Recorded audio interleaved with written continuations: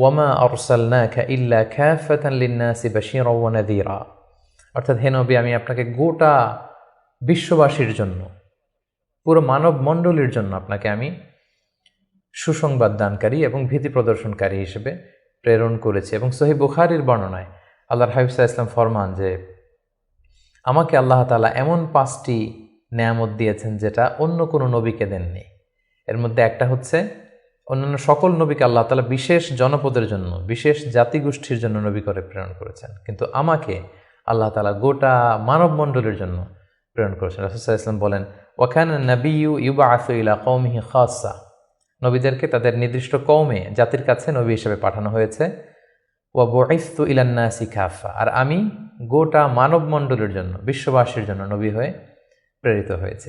এবং রাসূলুল্লাহ সাল্লাল্লাহু আলাইহি ওয়াসাল্লামকে তিনি বলেছেন যে আমাকে শাফাআতের সুযোগ দেয়া হবে কিয়ামতের দিন, যে ভয়ঙ্করতম দিনে নবীরাও থারথার করে কাঁপতে থাকবে আল্লাহ তাআলার সামনে, একটি টু শব্দ করার সাহসটুকুন পাবে না, কোনো কথা বলার সাহস পাবে না। ঠিক সেই মুহূর্তে আল্লাহ রাসূল সাল্লাল্লাহু আলাইহি ওয়াসাল্লামকে শাফাআতের অনুমতি দেওয়া হবে। সুবহানাল্লাহি ওয়া বিহামদিহি। রাসূলুল্লাহ সাল্লাল্লাহু আলাইহি ওয়াসাল্লামের অনেকগুলো নাম রয়েছে। হাদিসে এসেছে যে রাসূল সাল্লাল্লাহু আলাইহি ওয়াসাল্লামের এক নাম হচ্ছে আল মাহি, আল আকিব, আল হাশির, কিন্তু কালামুল্লাহ মাজিদে রাসূল সাল্লাল্লাহু আলাইহি ওয়াসাল্লামের 2টি নাম উল্লেখিত হয়েছে। একটি হচ্ছে মুহাম্মদ আর একটা আহমদ। আল্লাহ তাআলা বলছেন, ওমা মুহাম্মাদুন ইল্লা রাসূল কদ খালাত মিন ক্বাবলিহির রুসুল, মুহাম্মদ তো একজন নবী, আর তার আগে অনেক নবী পৃথিবীতে এসেছিলেন, তারা আবার বিদায় নিয়েছেন। তাহলে মুহাম্মদ নামটি পেলাম। মুহাম্মদ নাম ছাড়াও তার আরেকটি নাম কোরআনে উল্লেখিত হয়েছে, সেটা হচ্ছে আহমদ। সাইয়েদনা ঈসা আলাইহিস সালামের ভাষায় ইয়াতি মিন বাদি ইসমুহু আহমদ, তিনি বলেছিলেন যে আমার পরে একজন নবী আসবে, তার নাম হবে আহমদ। তাহলে কোরআনে রাসূল সাল্লাল্লাহু আলাইহি ওয়াসাল্লামের 2টি নাম পাওয়া যায়, একটা মুহাম্মদ, একটা আহমদ। এবং রাসূল সাল্লাল্লাহু আলাইহি ওয়াসাল্লামকে আল্লাহ তাআলা আমাদের জন্য মডেল বানিয়ে পাঠিয়েছেন। সব ক্ষেত্রে তিনি আমাদের model, the best standard of character. আল্লাহ তাআলা ইরশাদ করছেন, ওয়া ইন্নাকা লা আলা খুলুকিন আযীম, নবী হে, আপনি সুমহান চরিত্রের উপর প্রতিষ্ঠিত। আপনার চরিত্র হচ্ছে অনুকরণীয় চরিত্র, গোটা বিশ্ববাসী আপনার চরিত্র থেকে শিখবে, জানবে, আলোকিত হবে। এবং রাসূল সাল্লাল্লাহু আলাইহি ওয়াসাল্লাম হচ্ছে the best example to follow. এই পৃথিবীতে যার ফলোয়ার হওয়া যায়, যাকে অনুসরণ করা যায়, যাকে অনুকরণ করা যায়, তার মধ্যে শ্রেষ্ঠতম হচ্ছে আমাদের পেয়ারা হাবিব মুহাম্মদ রাসূলুল্লাহ সাল্লাল্লাহু আলাইহি ওয়াসাল্লাম। আল্লাহ তাআলা ইরশাদ করছেন, লাকাদ কানা লাকুম ফি রাসূলিল্লাহি উসওয়াতুন হাসানা, অর্থাৎ তোমাদের রাসূলের মধ্যেই রয়েছে তোমাদের জন্য সর্বোত্তম আদর্শ। আমরা যেন তাকে আমাদের জীবনের মডেল, আমাদের জীবনের আইকন, আমাদের জীবনের আদর্শ হিসেবে গ্রহণ করি। এজন্য আল্লাহ তাআলা রাসূল সাল্লাল্লাহু আলাইহি ওয়াসাল্লামকে আমাদের জন্য উসওয়াতুন হাসানা, অনুকরণীয় উত্তম আদর্শ হিসেবে তিনি রাসূল সাল্লাল্লাহু আলাইহি ওয়াসাল্লামকে আমাদের কাছে প্রেরণ করেছেন। এবং তিনি শুধু মুসলিমদের জন্য নবী হয়ে আসেননি, তিনি শুধু বিশ্বাসীদের কাছেই নবী হয়ে আসেননি, তিনি শুধু আরববাসীদের কাছেই নবী হয়ে আসেননি, তিনি গোটা বিশ্বের জন্য রহমত হয়ে এসেছেন। Mercy for the entire universe. আল্লাহ তাআলা ইরশাদ করছেন, ওয়ামা আরসালনাকা ইল্লা রাহমাতাল লিল আলামিন, I have sent you as a mercy for the entire universe. নবী হে, আমি আপনাকে গোটা বিশ্ববাসীর জন্য রহমত করে প্রেরণ করেছি, রহমত স্বরূপ প্রেরণ করেছি। তিনি রাহমাতাল লিল আলামিন, তিনি গোটা বিশ্বের অ্যাসেট, গোটা বিশ্ব তার কাছ থেকে ভদ্রতা, সভ্যতা, ওহির জ্ঞান সব কিছু শিখবে। শুধু আমরাই রাসূল সাল্লাল্লাহু আলাইহি ওয়াসাল্লামের সুন্নাহ বা ট্র্যাডিশন থেকে আলোকিত হবে এমনটা নয়, তিনি সবার জন্য শিক্ষণীয়, অনুকরণীয়, অনুসরণীয়, তিনি গোটা বিশ্ববাসীর জন্য রহমত। প্রিয় সুধী, যেহেতু তিনি আমাদের জন্য আদর্শ, সেহেতু রাসূল সাল্লাল্লাহু আলাইহি ওয়াসাল্লাম আমাদের জন্য যা নিয়ে এসেছেন সেটাকে যেন আমরা আঁকড়ে ধরি। এটা আল্লাহ তাআলার ভার্ডিক্ট, অর্ডার। আল্লাহ তাআলা ইরশাদ করছেন, ওয়ামা আতাকুমুর রাসূলু ফাখুযুহু ওয়ামা নাহাকুম আনহু ফান্তাহু। রাসূল সাল্লাল্লাহু আলাইহি ওয়াসাল্লাম তোমাদের জন্য যা নিয়ে এসেছেন সেটাকে ধরো, সেটাকে গ্রহণ করো, সেটাকে মানো। আর যেটা থেকে রাসূল সাল্লাল্লাহু আলাইহি ওয়াসাল্লাম তোমাদেরকে বারণ করেছেন সেটা থেকে তোমরা দূরে থাকো। এবং আমরা যদি আল্লাহ তাআলার ভালোবাসা পেতে চাই, সেক্ষেত্রে আল্লাহ তাআলা শর্ত জুড়ে দিয়েছেন যে আমার ভালোবাসা যদি পেতে চাও আমার নবীর অনুসরণ করো। আল্লাহ তাআলা বলছেন, কুল ইন কুনতুম তুহিব্বুনাল্লাহা ফাত্তাবিউনি ইউহিব্বুকুমুল্লাহ। আল্লাহ বলছেন, নবী হে, আপনি জানিয়ে দিন যে তোমরা যদি আমি আল্লাহর ভালোবাসা পেতে চাও, তাহলে হে নবী আপনি বলুন যে ফাত্তাবিউনি, আমি নবীর অনুসরণ করো, তাহলে ইউহিব্বুকুমুল্লাহ, আল্লাহ তাআলা তোমাদেরকে ভালোবাসবেন। তো রাসূল সাল্লাল্লাহু আলাইহি ওয়াসাল্লামের ফলোয়ার হিসেবে, রাসূলুল্লাহ সাল্লাল্লাহু আলাইহি ওয়াসাল্লামের উম্মত হিসেবে আমাদের দায়িত্ব হচ্ছে রাসূল সাল্লাল্লাহু আলাইহি ওয়াসাল্লাম আমাদের জন্য যে শিক্ষা নিয়ে এসেছেন, যে হেদায়েত নিয়ে এসেছেন, যে আলোকবর্তিকা নিয়ে এসেছেন, কোরআন নিয়ে এসেছেন, এটা শিক্ষা যেন আমরা আমাদের ব্যক্তি জীবনে, সমাজ জীবনে, রাষ্ট্রীয় জীবনে যেন আমরা বাস্তবায়ন করি, এটা যেন আমরা আমাদের জীবনে ইমপ্লিমেন্ট করি। আমরা প্রফেট সিরিজের বিভিন্ন পর্বে বিভিন্ন নবীদের জীবন নিয়ে যখন আমরা আলোকপাত করেছিলাম, আমরা বলেছিলাম যে as a proof of their prophethood আল্লাহ সুবহানাহু ওয়া তাআলা প্রোভাইডস দেম মুআজিজা। তারা যে নবী, তার প্রমাণ হিসেবে আল্লাহ তাআলা নবীদেরকে মুআজিজা দিয়ে থাকেন। রাসূল সাল্লাল্লাহু আলাইহি ওয়াসাল্লামের জীবনীতেও আমরা দেখব যে অসংখ্য মুআজিজা ছিল। আমরা একটির কথা যদি উল্লেখ করি যে মক্কার কুরাইশরা যখন রাসূল সাল্লাল্লাহু আলাইহি ওয়াসাল্লামকে নবী হিসেবে মানতে যাচ্ছিল না, রাসূল সাল্লাল্লাহু আলাইহি ওয়াসাল্লাম বললেন যে চাঁদকে যদি দ্বিখণ্ডিত করতে পারি তোমরা কি মেনে নিবে যে আমি আল্লাহর রাসূল? তারা বলল যে মেনে নিব। রাসূল সাল্লাল্লাহু আলাইহি ওয়াসাল্লাম আঙ্গুল উঁচু করলেন, চাঁদের দিকে ইঙ্গিত করলেন, চাঁদ দ্বিখণ্ডিত হয়ে দুই ভাগ হয়ে গেল। সুবহানাল্লাহ। আল্লাহ তাআলা সূরাতুল কমারে ইরশাদ করছেন, ইকতারাবাতিস সাআতু ওয়ানশাক্কাল কমর ওয়া ইন ইয়ারা আয়াতান ইউরিদু ওয়া ইয়াকুলু সিহরুম মুস্তামির। রাসূল সাল্লাল্লাহু আলাইহি ওয়াসাল্লাম চাঁদ দ্বিখণ্ডিত করে ফেললেন, কিন্তু এই চমৎকার এই মুআজিজা দেখার পরেও তারা কিন্তু ঈমান আনলো না। তারা বলল, তুমি জাদু করেছো, চাঁদের মধ্যে ভেলকিবাজি করেছো, এমন বড় জাদুকর তুমি চাঁদের উপরও জাদুর প্রভাব খাটিয়েছো। তো এভাবে রাসূল ইসলাম যখনই কোরআনের আয়াত বলতেন, কোনো মুআজিজা দেখাতেন, তারা হয়তো রাসূল ইসলামকে জাদুকর বলতো, কখনো বলতো তুমি পাগল, কখনো বলতো তুমি কবি, কখনো বলতো তুমি গণক, নাউযুবিল্লাহি মিন যালিক। এভাবে রাসূল ইসলাম অনেকগুলো মুআজিজা তার জীবনে আমরা দেখতে পাই, যেগুলো তার মধ্যে থেকে অন্যতম মুআজিজা হচ্ছে তিনি চাঁদকে দ্বিখণ্ডিত করেছিলেন। এবং রাসূল ইসলাম জন্মের আগেই, যেগুলোকে মুবাশশিরাত বা ইরহাসাত বলে, নবী হওয়ার আগে এমন কিছু অলৌকিক ঘটনা, এরকম অনেক ঘটনা কিন্তু ঘটেছে। যেমন রাসূল ইসলামের প্রিয় মাতা আমেনা যখন গর্ভবতী ছিলেন, তখন তিনি দেখেছেন যে তার পেট থেকে একটা আলো বের হয়ে এটা শাম দেশের বড় বড় প্রাসাদগুলোকে আলোকিত করছে। এটা কিন্তু রাসূল ইসলাম যে পৃথিবীতে আসবেন তার আগাম একটা বার্তা। সম্মানিত সুধী, আমরা এই পর্যায়ে রাসূলুল্লাহ সাল্লাল্লাহু আলাইহি ওয়াসাল্লামের সরাসরি জীবনের দিকে যাব, ধারাবাহিক জীবন পরিক্রমা আলোচনা করব এবং বুঝবার সুবিধার্থে আমরা রাসূল সাল্লাল্লাহু আলাইহি ওয়াসাল্লামের পুরো জীবনীকে 3টি ভাগে ভাগ করেছি। তার প্রথম ভাগে আমি রাসূল সাল্লাল্লাহু আলাইহি ওয়াসাল্লামের জন্ম থেকে শুরু করে নবুয়ত পর্যন্ত এই 40 বছরের বর্ণনা দিব। সেক্ষেত্রে বয়স অনুসারে এই বর্ণনাটি দেয়া হবে। দ্বিতীয় ভাগে আমরা মক্কায় নবুয়তির যে 13 বছর, এই 13 বছরের বর্ণনা দিব। সেক্ষেত্রে নবুয়তির সন ভিত্তিক বর্ণনা দেওয়া হবে। এবং সবশেষে আমরা মদিনায় রাসূল সাল্লাল্লাহু আলাইহি ওয়াসাল্লাম যে 10টি বছর কাটিয়েছেন, তৃতীয় পর্বে বা তৃতীয় ভাগে আমরা সেটির বর্ণনা দিব, আর সেটা হবে হিজরি সন ভিত্তিক বর্ণনা। তাহলে সম্মানিত সুধী, আর কাল বিলম্ব না করে আমরা রাসূল সাল্লাল্লাহু আলাইহি ওয়াসাল্লামের বায়োগ্রাফির একেবারে মূল পর্বে চলে যাই। আমরা বলেছি যে প্রথম পর্বে আমরা রাসূল সাল্লাল্লাহু আলাইহি ওয়াসাল্লামের প্রথম 40টি বছরের বর্ণনা দিব, জন্ম থেকে শুরু করে নবী হওয়ার আগ পর্যন্ত।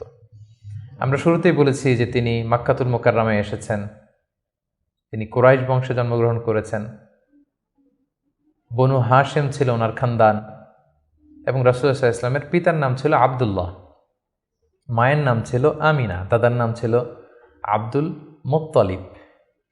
এবং দুঃখজনক হলেও সত্য যে রাসূলুল্লাহ সাল্লাল্লাহু আলাইহি সাল্লামের মাতা পিতার সংসার 7 দিনের বেশি ছিল না। মাত্র বিয়ের পরে তারা 7 দিনের মতো, 1 সপ্তাহের মতো সংসার করেছিলেন।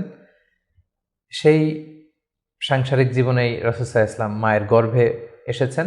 এবং রাসূল সাল্লাল্লাহু আলাইহি ওয়াসাল্লামের পিতা আব্দুল্লাহ তিনি ব্যবসার সফরে বেরিয়ে গিয়েছিলেন, ফেরবার পথে তিনি সেখানে ইন্তেকাল করেছেন। তখন রাসূল সাল্লাল্লাহু আলাইহি ওয়াসাল্লামের বয়স হচ্ছে মায়ের পেটের ভেতরে মাত্র 2 মাস। মায়ের পেটে থাকতেই তিনি বাবাহারা হয়েছেন। এবং তিনি জন্মগ্রহণ করেছেন যে বছরে, সেটাকে ঐতিহাসিকরা বলেছেন আমুল ফিল, অর্থাৎ আব্রাহার হস্তি বাহিনী যে বছর কাবা ধ্বংস করতে এসেছিলেন, ঠিক সেই বছর রবিউল আউয়াল মাসের 12 তারিখে সোমবার তিনি ওনার মা আমিনার কুলকে উজালা করে এই পৃথিবীতে এসেছেন, শুভাগমন করেছেন। এবং রাসূল সাল্লাল্লাহু আলাইহি ওয়াসাল্লামের আগমন এটা আমাদের জন্য আনন্দের, উচ্ছ্বাসের, ভালোবাসার। তিনি সর্বশেষ নবী, সর্বশেষ রাসূল হয়ে পৃথিবীতে আগমন করেছেন। রাসূলুল্লাহ সাল্লাল্লাহু আলাইহি ওয়াসাল্লাম সোমবার দিন জন্মগ্রহণ করেছেন, এটা নিয়ে ঐতিহাসিকদের মধ্যে কোনো মতভেদ নেই। কিন্তু তিনি কি রবিউল আউয়াল মাসের 12 তারিখে জন্মগ্রহণ করেছেন, নাকি 2 তারিখে, না 8 তারিখে, এই দিনগুলো নিয়ে ঐতিহাসিকরা মতভেদ করেছেন, তবে মাশহুর বা সবচেয়ে প্রসিদ্ধ মতামত হচ্ছে তিনি রবিউল আউয়াল মাসের 12 তারিখে জন্মগ্রহণ করেছেন আলাইহিস সালাতু ওয়াসসালাম।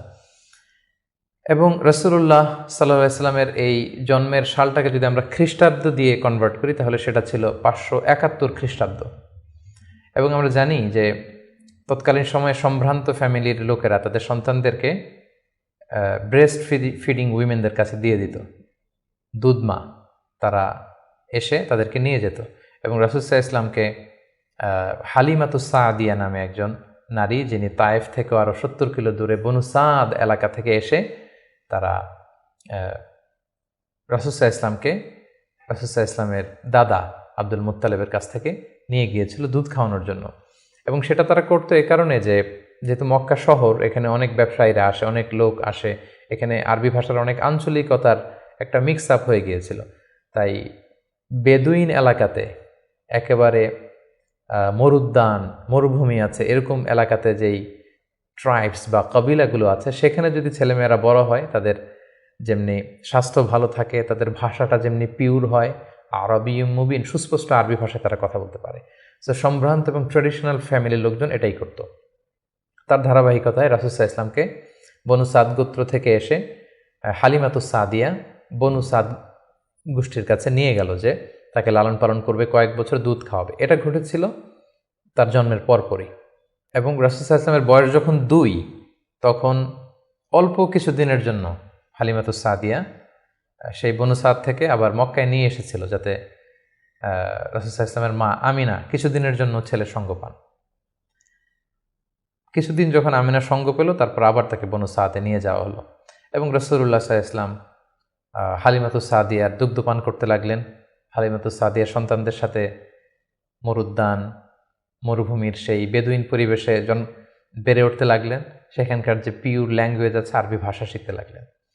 এবং রাসূল সাল্লাল্লাহু আলাইহি ইসলামের বয়স যখন 4, তখন তার প্রথম শাক্কে সাদার হয়েছে, যেটাকে সিনা চাক বলে, ওপেন হার্ট সার্জারি। রাসূল সাল্লাল্লাহু আলাইহি ইসলামের জীবনে মোট 3 বার এটা ঘটেছিল। বয়স যখন 4 তখন একবার, ওহী নাজিলের সময় একবার, মেরাজ যখন তিনি গিয়েছিলেন তখন একবার। রাসূল সাল্লাল্লাহু আলাইহি ইসলাম মরুভূমিতে বনু সাদ গোষ্ঠীর ছোট ছেলেদের সাথে খেলাধুলা করছিলেন। হঠাৎ জিবরাইল আলাইহিস সালাম এসে রাসূল সাল্লাল্লাহু আলাইহি ইসলামকে এক পাশে নিয়ে গলা থেকে শুরু করে নাভি পর্যন্ত ছিঁড়ে রাসূল সাল্লাল্লাহু আলাইহি ইসলামের হৃদয়টাকে বের করে জামজামের পানি দিয়ে ধৌত করে আবার ভেতরে ঢুকিয়ে দিলেন। এই জায়গাটাকে আবার মিলিয়ে ফেললেন, যেটা আধুনিক সময়ে আমরা এটাকে ওপেন হার্ট সার্জারি বলি। এই দৃশ্য হালিমাতুস সাদিয়ার ছেলেমেয়েরা দেখে ভয়ে দৌড়াতে লাগলো। মায়ের কাছে যেয়ে বলল, আমাদের কোরাইশি ভাই বোধহয় মারা গিয়েছে। হালিমাতুস সাদিয়া বিচলিত হয়ে আসলেন, দেখলেন যে না, মারা যায়নি, মুহাম্মদ, শিশু মুহাম্মদ, তিনি বিচলিত অবস্থায় আছেন। তারা ভয় পেয়ে গেলেন এবং ভাবলেন যে না, এই ছেলের যদি কিছু হয়ে যায় তাহলে তো এর দায়ভার আমার উপর আসবে, আমরা দিয়ে আসবো মুহাম্মদকে। রাসূল সাল্লাল্লাহু আলাইহি ওয়াসাল্লামের বয়স যখন 5, তখন হালিমাতুস সাদিয়া রাসূল সাল্লাল্লাহু আলাইহি ওয়াসাল্লামকে নিয়ে, ছোট্ট মুহাম্মদ সাল্লাল্লাহু আলাইহি ওয়াসাল্লামকে নিয়ে তার মায়ের কাছে দিয়ে আসলেন। যেহেতু 5 বছর বয়সে এখন তিনি সুস্পষ্ট আরবিতে কথা বলতে পারেন এবং দুধ খাওয়ানো তো সেই 2 বছর বয়সেই শেষ। তিনি মরুভূমির সুন্দর প্রকৃতিতে সুঠাম দেহ নিয়ে বড় হচ্ছেন, সুন্দর আরবি ভাষায় কথা বলতে পারেন। 5 বছর বয়সে মায়ের কাছে ফিরিয়ে দেয়া হলো। এবং রাসূল সাল্লাল্লাহু আলাইহি ওয়াসাল্লামের আম্মা আমিনা, তিনি প্রতি বছর রাসূল সাল্লাল্লাহু আলাইহি ওয়াসাল্লামের বাবার কবর জিয়ারত করতে ইয়াসরিবে যেতেন, যেটা পরবর্তীতে মদিনা নামকরণ হবে, আমরা শুনব সেই ঘটনা।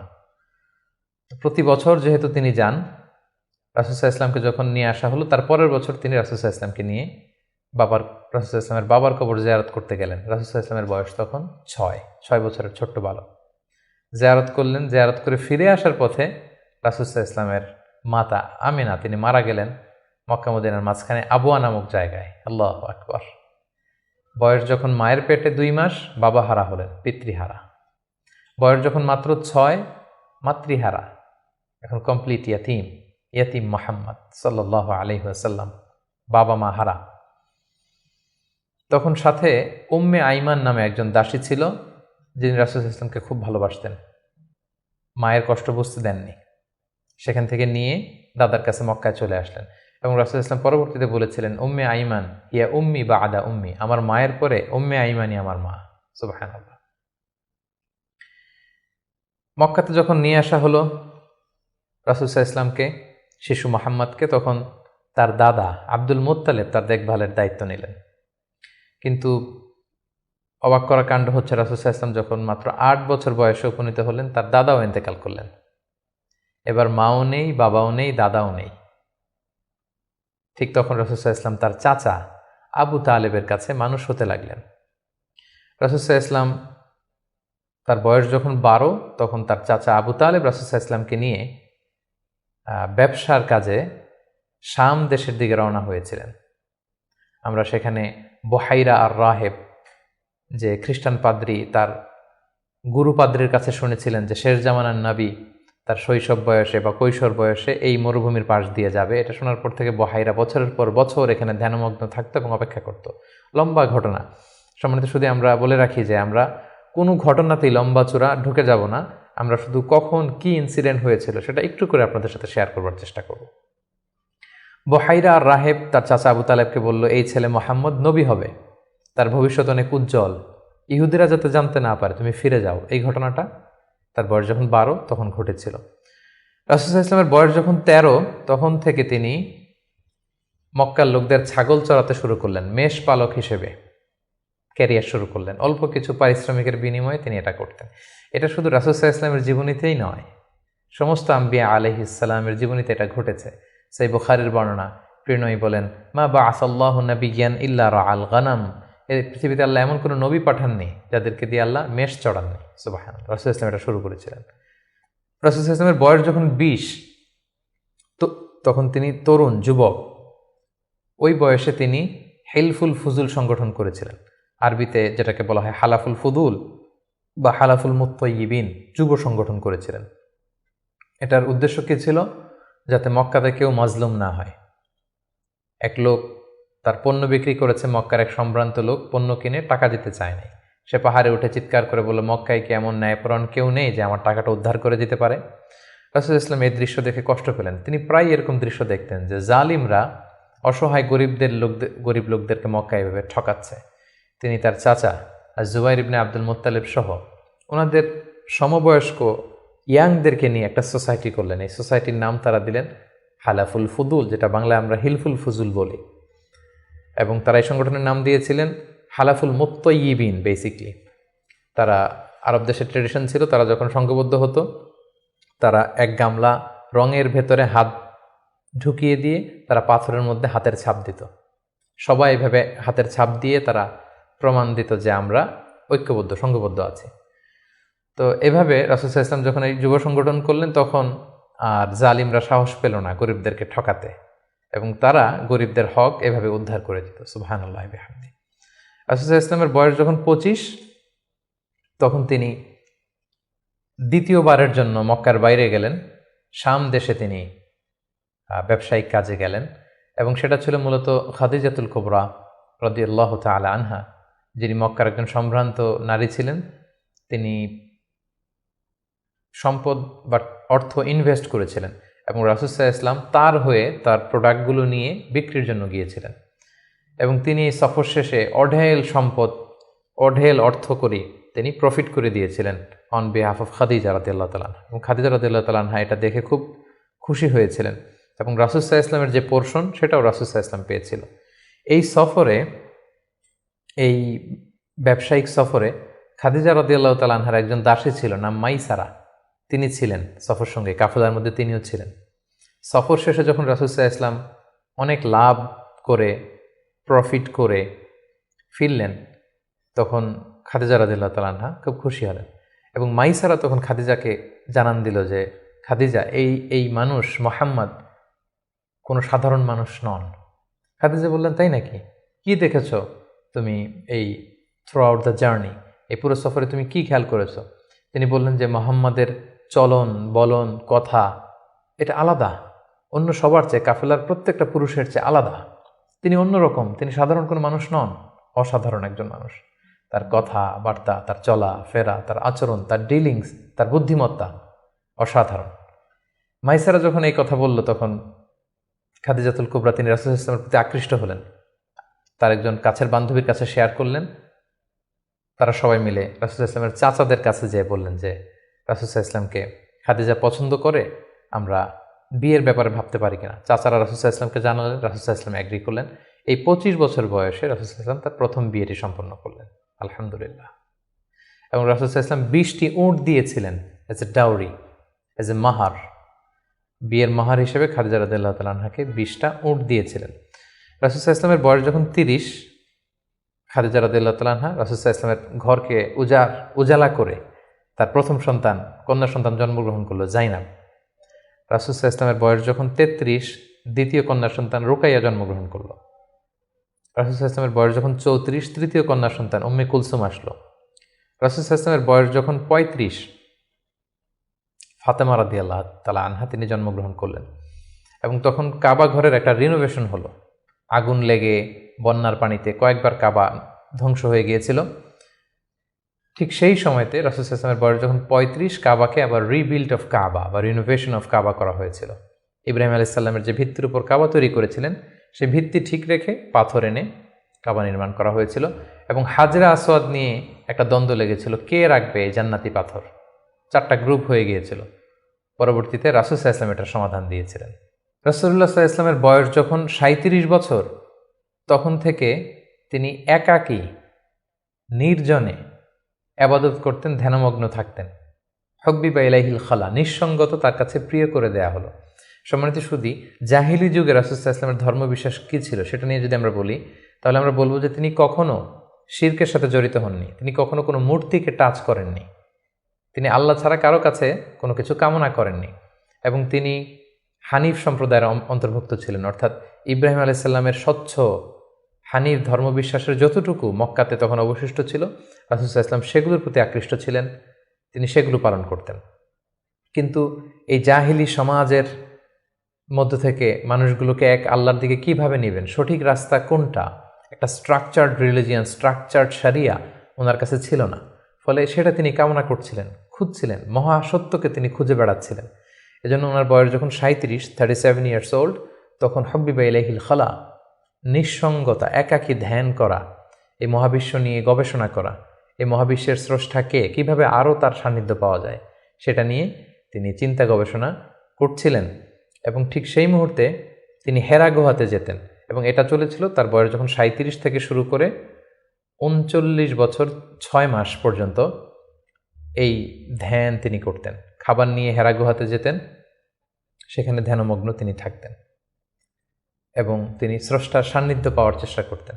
সত্য, মহাসত্যকে তিনি অর্জনের জন্য চেষ্টা করতেন। রাসূলুল্লাহ সাল্লাল্লাহু আলাইহি ওয়াসাল্লামের বয়স যখন 39 বছর 6 মাস, তখন থেকে, অর্থাৎ 40 বছর হতে আর মাত্র 6 মাস বাকি, তখন থেকে তিনি গুড ড্রিমস আর রুইয়া সাদেকা, বেশি বেশি সত্য স্বপ্ন দেখতে শুরু করলেন। প্রতিদিনই স্বপ্ন দেখতেন এবং রাতে যাই স্বপ্ন দেখতেন সকালবেলা সেটা বাস্তবায়িত হতো। ফলে তিনি স্বপ্নে রাতে যা দেখতেন সকালবেলা বাস্তবে সেটা সমাজে তিনি দেখতে পেতেন। এভাবে একাকী তিনি খাবার নিয়ে, পাথেয় নিয়ে সেই 632 মিটার উঁচু মাক্কাতুল মুকাররমায় গারে হেরাতে, হেরা পাহাড়ে তিনি চলে যেতেন, ধ্যানমগ্ন থাকতেন এবং মহাসত্যের সন্ধান করতেন।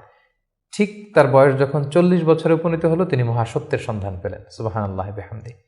সেদিন জিবরাইল আলাইহিস সালাম রেশমি কাপড়ে সূরাতুল আলাকের প্রথম 5 আয়াত নিয়ে এসে বললেন, পড়ুন। তিনি বললেন, আমি তো পড়তে জানি না। কয়েকবার বলার পরে পড়তে জানেন না তিনি বললেন। তিনি রাসূল সাল্লাল্লাহু আলাইহি ওয়াসাল্লামকে 3 বার জড়িয়ে ধরলেন। এবার তিনি পড়লেন, ইকরা বিসমি রাব্বিকাল্লাযী খালাক, খালাকাল ইনসানা মিন আলাক, ইকরা ওয়া রাব্বুকাল আকরাম আল্লাযী আল্লামা বিল কলম আল্লামাল ইনসানা মা লাম ইয়ালাম। এই যে কোরআনের প্রথম 5 আয়াত হেরা গুহাতে নাজিল হলো, তখন রাসূল সাল্লাল্লাহু আলাইহি ওয়াসাল্লাম পড়লেন। 5টি আয়াত পড়ে তিনি হেরা গুহা থেকে কাঁপতে কাঁপতে নেমে আসলেন। নেমে এসে দেখেন জিবরাইল আলাইহিস সালামকে তার প্রকৃত রূপে দেখলেন, যে বিশাল আকৃতির, দিগন্ত বিস্তৃত তার আকৃতি। তিনি আরো ভয় পেলেন। এই 5 আয়াত নিয়ে তিনি নিচে নেমে আসলেন, কাঁপতে লাগলেন এবং আম্মাজান খাদিজা ওনার স্ত্রীর কাছে এসে বললেন, জাম্মিলুনি জাম্মিলুনি, আমার ভয় লাগছে, আমাকে কম্বল চাপা দাও। কম্বল চাপা দেয়া হলো, আয়াত নাজিল হলো, ইয়া আইয়ুহাল মুজাম্মিল কুমিল লাইলা ইল্লা কালিলা। এ কম্বলওয়ালা, দাঁড়াও, দাঁড়িয়ে তাহাজ্জুদের সালাত পড়ো। তিনি বললেন, আমাকে দাসসিরুনি দাসসিরুনি, আমাকে বস্ত্র দিয়ে চাপা দাও, আমার ভয় লাগছে, আমি মনে হয় মারা যাব। রাসূল ইসলামের গায়ে জ্বর এসে গেল, কাঁপুনি এসে গেল। কারণ কোরআনটা হচ্ছে ইন্না সানুলকি আলাইকা কওলান সাকিলা, এটা খুব ভারী, পাওয়ারফুল একটা স্ট্রং মেসেজ। এটা রিসিভ করা এত সহজ কোনো বিষয় নয়। যখন তিনি বললেন কাপড় দিয়ে আমাকে আচ্ছাদন করো, আয়াত নাজিল হলো ইয়া আইয়ুহাল মুদ্দাসসির কুম ফাআনযির, হে কাপড়ওয়ালা দাঁড়াও, কুম দাঁড়াও, বসে থাকার সময় নেই, কুম ফাআনযির মানুষকে সতর্ক করো। এই যে রাসূল সাল্লাল্লাহু আলাইহি ওয়াসাল্লাম দাঁড়ালেন আর বিশ্রামের সময়টুকু পেলেন না।